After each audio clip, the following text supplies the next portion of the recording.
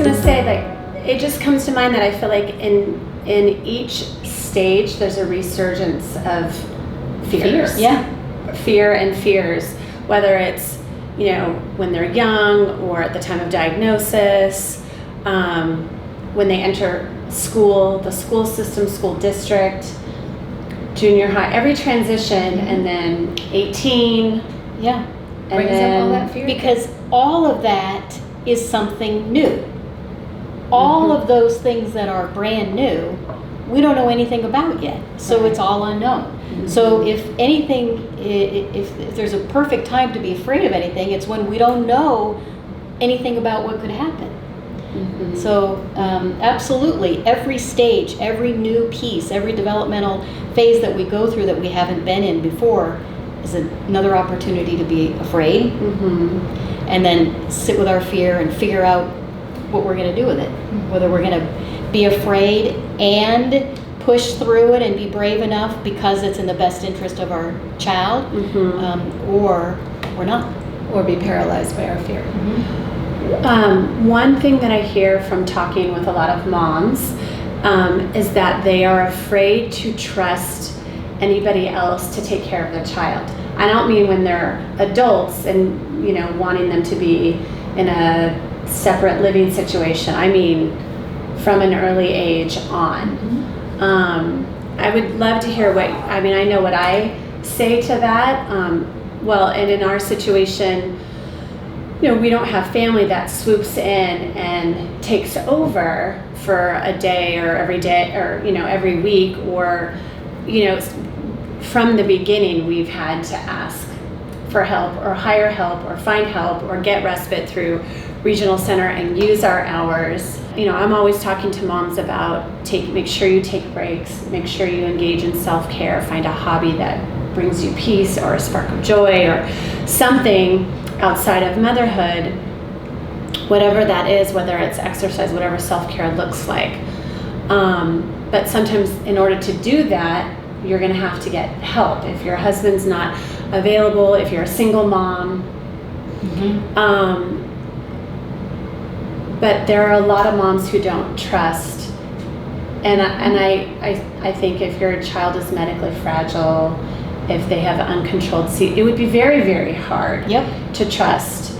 And blind trust would not be recommended. Right. Absolutely not. I think not trusting, if you don't have somebody who's earned your trust yet, is a very smart thing to do, to not trust. But then to educate whatever the issues are, and kind of be around when you're introducing your kid or to the new person who you're hoping will take care of them, teaching them, stepping in when you need to, pulling back, see how they do, developing a sense of trust. Maybe instead of, if you're going to be gone for 2 hours, you're only gone for 1 hour the first time they go, right? Yes. So that you're building up a sense of trust. And the other thing for new moms especially is to remind ourselves is doing it differently doesn't mean doing it wrong. Now, if it's a G-tube or an NG tube, doing it differently could very well be wrong, and we don't want to do that. But there are ways to do something differently that aren't going to be harmful to our kid, and that we might even be able to learn from somebody else doing it differently. We just want moms to know that it's okay to have those, but we don't want to be paralyzed. So what do we each do? What have we done in the past? What has worked? What works now?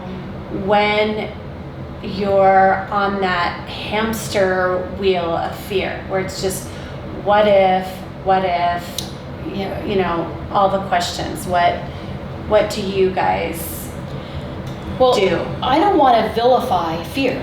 Fear is a really healthy, helpful tool. True. Yes, that's true. Thank you. Yeah, so fear is what tells us, hey, there's something we need to pay attention to, there's a potential danger. So if we have no fear, we're in trouble ourselves, but we're certainly not going to be looking out for anybody else in our family. So I think the very first thing that we need to remind ourselves to do is is not be afraid to feel afraid. Okay. To know that if you're feeling afraid of something, stop and pay attention to it. You may have a really good reason to feel afraid, and if you do, then you need to respect that and then act from it. So first is to know what you should be paying attention to when you're feeling afraid, and then deciphering, okay, is this a valid fear based on the reality of now? Mm-hmm. And if it is, great, take action from that. If it's not, great, take a different action from that. So for me, but for me, it's knowing as much as I can about it, and then kind of asking myself, well, if it's that, do I think I'm capable of managing that if that's it? Mm-hmm. If I don't, well, how would I get capable of managing that? Mm-hmm. If I already do think so, okay, great. To remind myself that in all likelihood, I'm probably going to be able to manage it or get somebody involved who can. Talking to myself, I breathe out loud. I constantly breathe, constantly.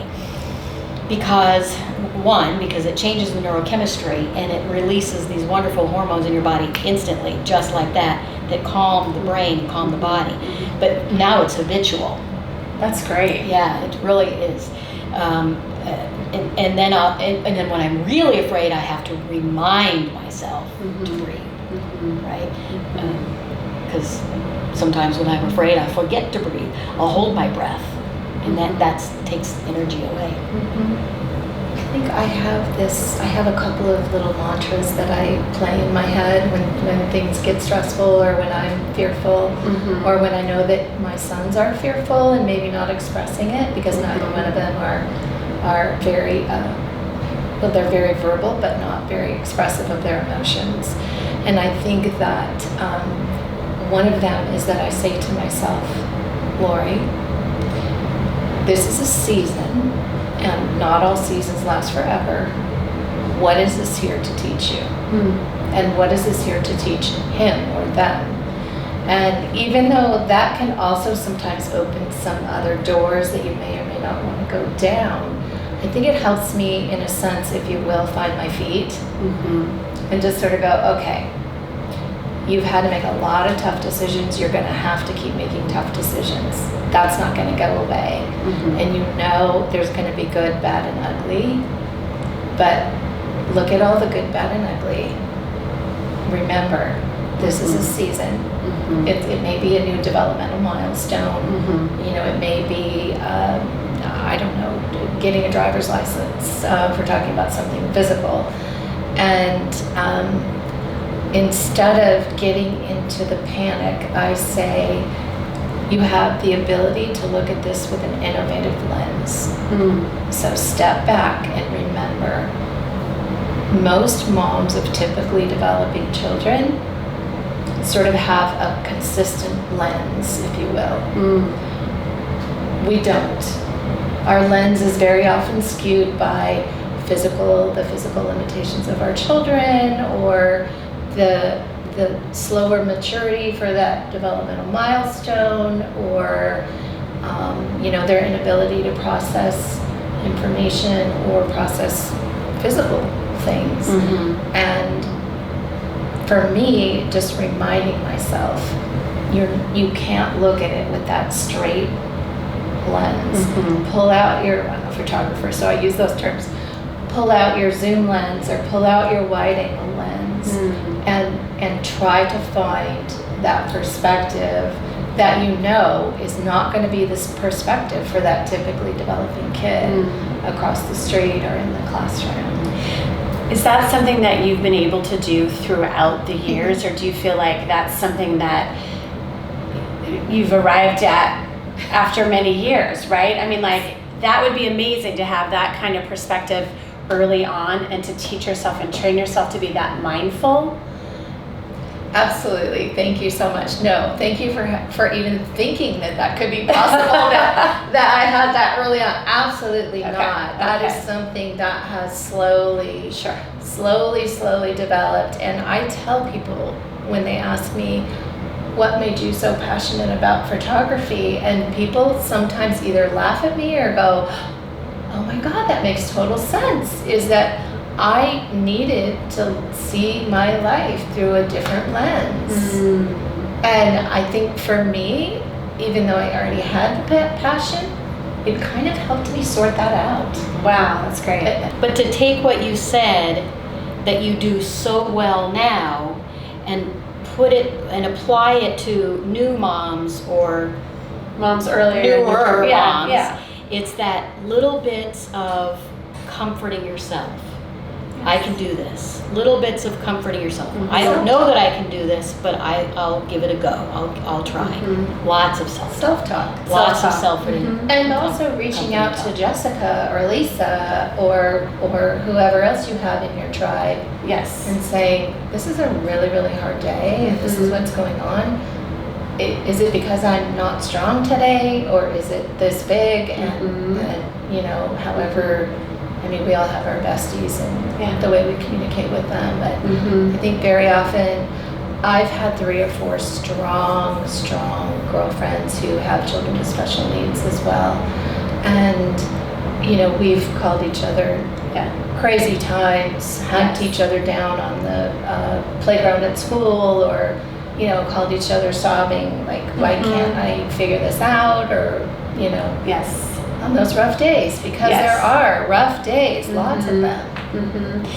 When I was writing on like, what do I do in general to combat the fear, but like, what do I do in the moment? And it's call a friend, or it's call my group of Prader-Willi moms that I'm on a thread with to vent or ask or share, or what do I do, or this day is really, really, really hard. It's definitely, that's been a place for me to gain strength and perspective and to settle down. Yes.